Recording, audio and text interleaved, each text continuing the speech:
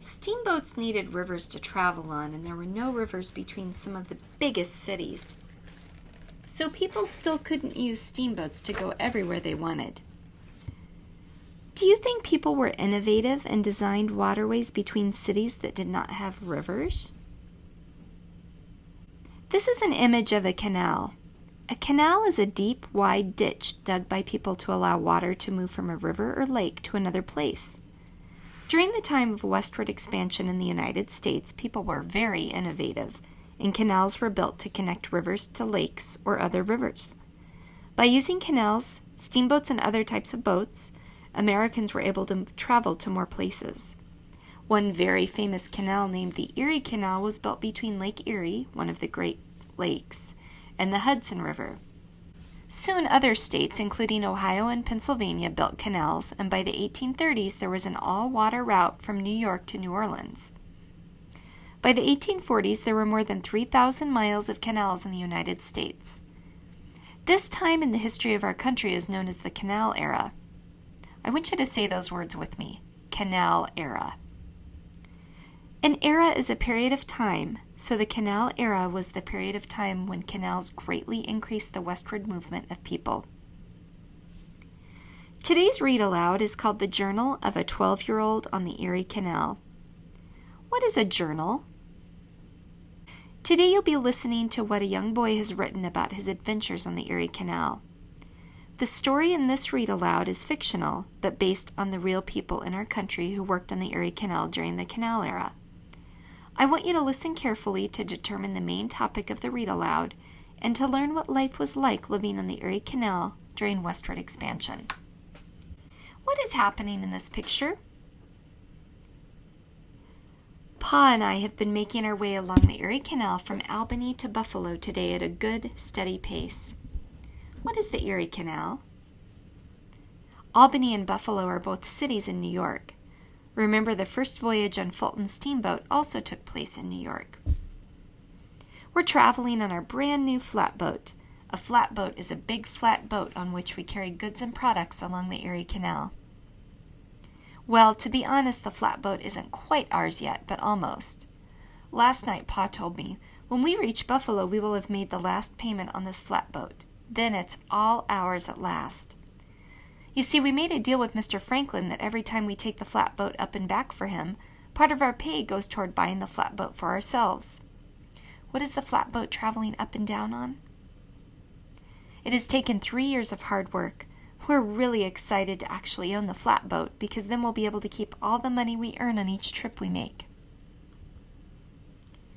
Ma and Sis are waiting for us in Buffalo. I can't wait to see them again. I love being on the flatboat with Pa, but all the work we do makes us tired. The thing is, I don't know exactly how many more days it will take to get to Buffalo. It depends on how much of the freight we sell along the way. Freight is goods like crops from farmers that are being moved. The more we sell, the less the flatboat will weigh, and the faster we will be able to travel. Sometimes a store owner or manufacturer at some town or village asks us to add his products onto our flatboat. Every time we take more goods on board, it slows down our travel. So a board is a flat piece of wood, but board also means to go onto a boat. Why do they take more goods on board if it slows them down? My favorite part of helping Pa is that I get to care for the mules.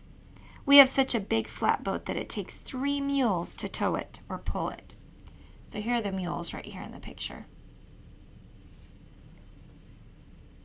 They walk on the towpath next to the canal and pull the ropes that are connected to the flatboat. Some smaller flatboats along the canal are 1-mule flatboats, or sometimes horses or oxen do the pulling. So here's some oxen back over here in the corner. Before folks built the Erie Canal, it took longer to move things from the east westward. Because a flatboat floats on water, it's much easier to transport heavy freight like coal and wood. So transporting is moving from one place to another.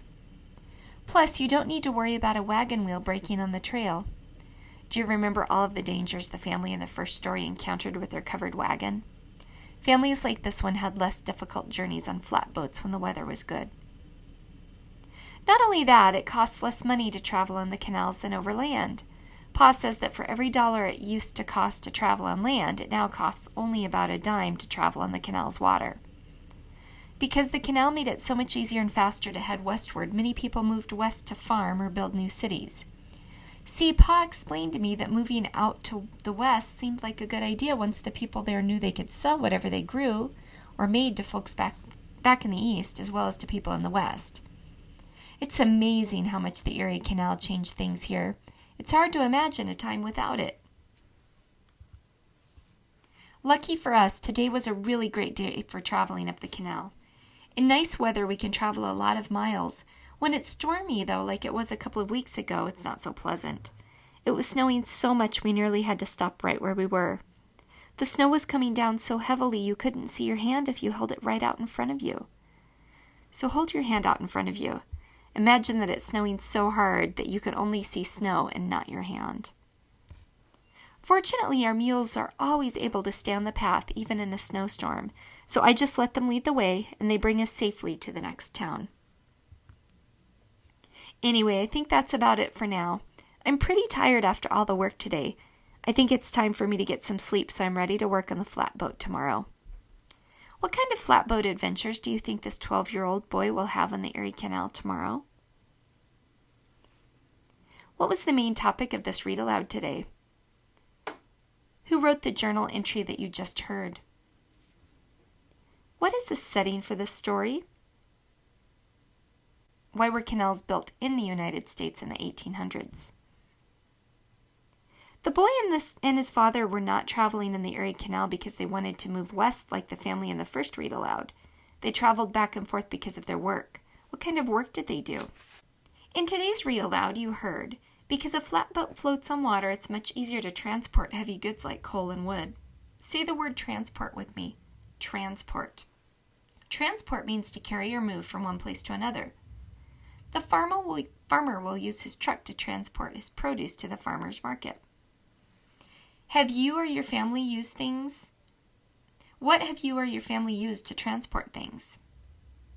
What's the word we've been talking about? Transport.